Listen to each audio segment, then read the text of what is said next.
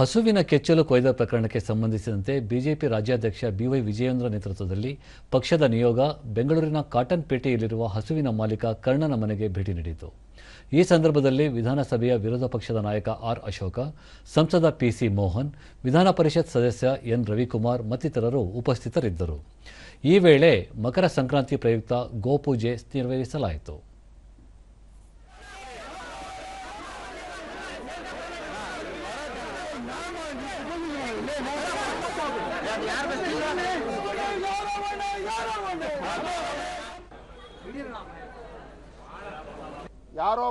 ಬಳಿಕ ಬಿವೈ ವಿಜಯೇಂದ್ರ, ಚಾಮರಾಜಪೇಟೆಯಲ್ಲಿ ಹಸುವಿನ ಕೆಚ್ಚಲು ಕೊಯ್ದ ದುರ್ಘಟನೆಯಿಂದ ಇಡೀ ದೇಶ ಆಘಾತಕ್ಕೊಳಗಾಗಿದೆ. ಇಂತಹ ಘಟನೆ ನಡೆದಿರುವುದು ಅಕ್ಷಮ್ಯ ಅಪರಾಧ. ಇದಕ್ಕೆ ಕಾರಣವಾದ ನಿಜವಾದ ಅಪರಾಧಿಗಳನ್ನು ಬಂಧಿಸಬೇಕು. ಅನ್ಯಾಯಕ್ಕೊಳಗಾದ ಹಸುಗಳ ಮಾಲೀಕನಿಗೆ ನ್ಯಾಯ ಒದಗಿಸಬೇಕು ಎಂದು ಆಗ್ರಹಿಸಿದರು. ಹಾಗಾಗಿ ಸಂದರ್ಭ ಬಂದು ಅವನು ಭೇಟಿ ಮಾಡಿ ಅವನು ಕೂಡ ಧೈರ್ಯ ತುಂಬಿ ಇವತ್ತು ಹಬ್ಬದ ದಿನ, ಇವತ್ತು ಸಂಕ್ರಾಂತಿಯ ದಿನ ಗೋಪೂಜನ ಮಾಡಬೇಕು ಅಂತೇಳಿ ಇವತ್ತು ಎಲ್ಲರೂ ಬಂದು ನಾವು ಗೋಪೂಜನ ಕೂಡ ನಾವು ಮಾಡಿದ್ದೇವೆ.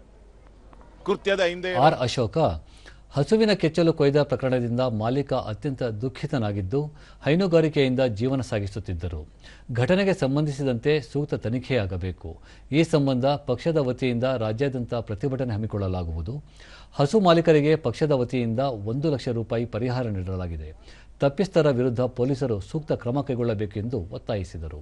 ಸಿದ್ದರಾಮಯ್ಯನವರು ಈ ಧರ್ಮ ಯುದ್ಧಕ್ಕೆ ನಾವು ಚಾಲನೆಯನ್ನ ಕೊಟ್ಟಿದ್ದೀರಿ. ಇನ್ನು ಮುಂದೆ ಈ ಧರ್ಮ ಯುದ್ಧವನ್ನು ಮುಂದುವರಿಸಿಕೊಂಡು ಹೋಗ್ತೀರಿ. ಯಾವುದೇ ಈ ರೀತಿ ಗೋವುಗಳನ್ನು ಹತ್ಯೆ ಮಾಡುವಂಥದ್ದನ್ನು ನಾವು ಖಂಡಿಸ್ತೀರಿ.